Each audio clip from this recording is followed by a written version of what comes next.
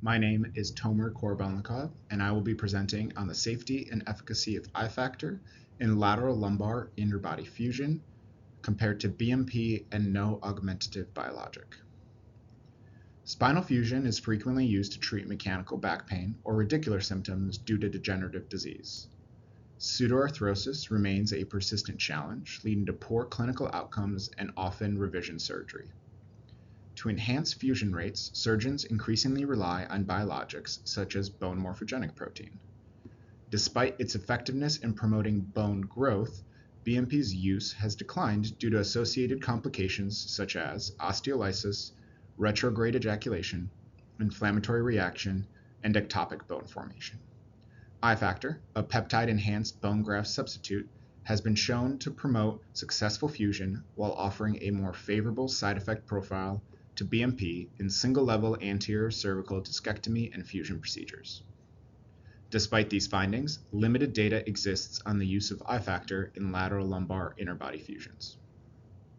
The purpose of this study was to compare fusion rates and complications of LLIFs performed with I-factor, BMP, and no augmentative biologic, which in our case is demineralized bone matrix.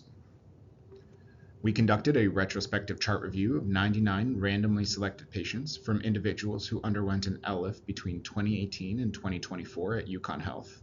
This included 26 patients in the I-factor cohort, 50 patients in the BMP cohort, and 23 patients in the DBM cohort. Patients who were already taking a biologic at the time of their surgery were excluded. These additional biologics included monoclonal antibodies and immune modulating medications.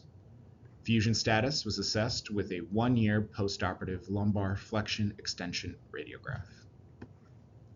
Basic demographic data was collected and included age, sex, BMI, medical comorbidities, smoking status, race, and ethnicity. There were no significant differences found between the 3 cohorts.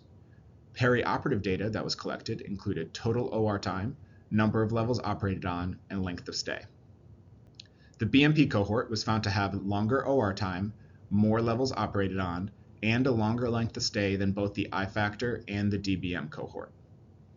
The I-factor and DBM cohorts did not differ from each other significantly.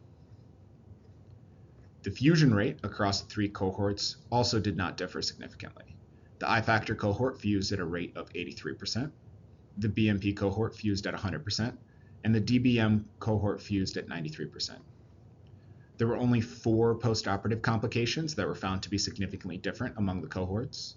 The BMP cohort required more transfusions and had a higher sepsis rate than both I-factor and DBM. Additionally, BMP cohort required more revision procedures and a more frequent return to the OR than I-factor and DBM. The I-factor and DBM cohorts did not differ from each other in terms of postoperative complications. In conclusion, fusion rates at 1 year after an LLIF were not statistically different among the I-factor, BMP, and DBM cohorts. When accounting for perioperative differences, I-factor demonstrated a favorable safety profile compared to BMP. Thank you for your time.